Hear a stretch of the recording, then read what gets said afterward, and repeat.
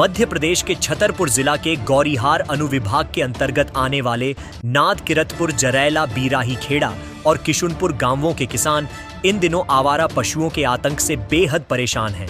आपको बता दें, उटाही तालाब के आसपास लगभग 300 आवारा पशुओं के कारण सैकड़ों बीघा भूमि पर फसल नहीं जम पा रही।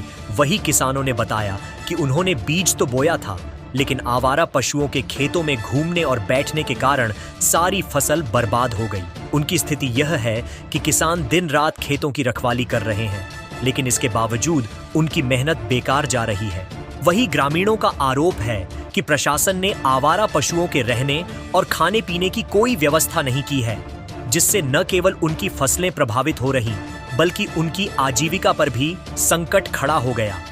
किसानों का कहना है कि अगर प्रशासन ने शीघ्र ही आवारा पशुओं के प्रबंधन के लिए ठोस कदम नहीं उठाए तो उनकी आर्थिक स्थिति इससे ज्यादा खराब हो जाएगी। कई किसानों ने निराशा व्यक्त करते हुए कहा कि ऐसी स्थिति में वे खेती छोड़ने या आत्मघाती कदम उठाने के लिए मजबूर हो सकते हैं। किसानों ने शासन प्रशासन से मांग की है कि आवारा पशुओं के लिए आश्रय स्थल बनाए जाएं और उनकी देखभाल की उचित व्यवस्था हो। इसके अलावा प्रभावित किसानों को मुआवजा देने की भी अपील की गई है। निषाद एक्सप्रेस के लिए मोहम्मद उजैफा की रिपोर्ट। इस वक्त हम छतरपुर जिले के अनुभाग गौरीहार अंतर्गत उटाही तालिया के पास मौजूद हैं, जो ग्राम पंचायत किशुनपुर, जरैला, बीराही खेड़ा, नान के बीच में पड़ता है।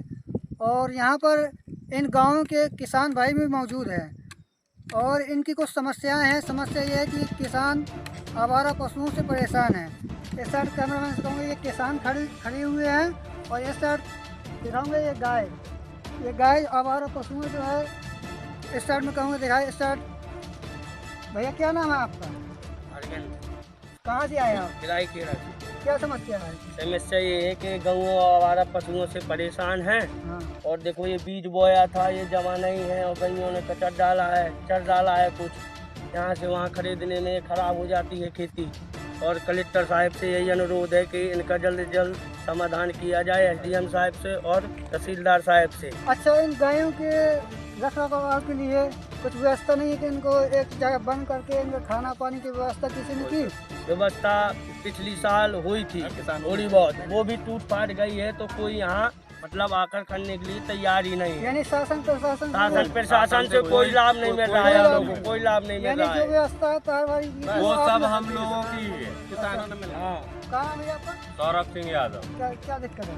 हमें ये पशुओं से इतनी ज़्यादा समस्या है। मैं श्रीमान कलेक्टर सर से अनुरोध करूंगा और तहसीलदार सर, एसडीएम सर से मेरा विनम्र निवेदन है कि मुझे मेरी ये पशु है, जो आवारा पशु है, इनका यानी व्यवस्था करवाएं।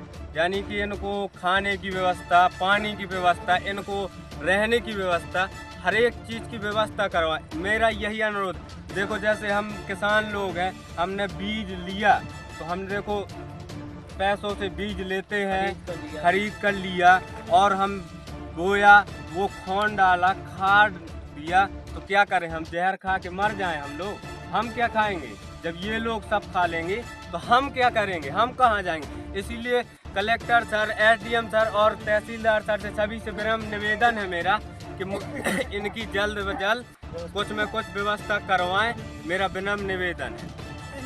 भाई का कहना है कि जो एक खेत है, उन्होंने इस खेत में बीज तो डाले थे, लेकिन आवारा पशुओं के कारण, कतरने के कारण इनके खेतों से जो है बीज जो है दब गए और इनकी जो फसल पूरी जो है नष्ट हुए, उगे ही नहीं। अगले कैमरा से हुआ और आ गया। भैया क्या समझते हैं, कहाँ गए आप?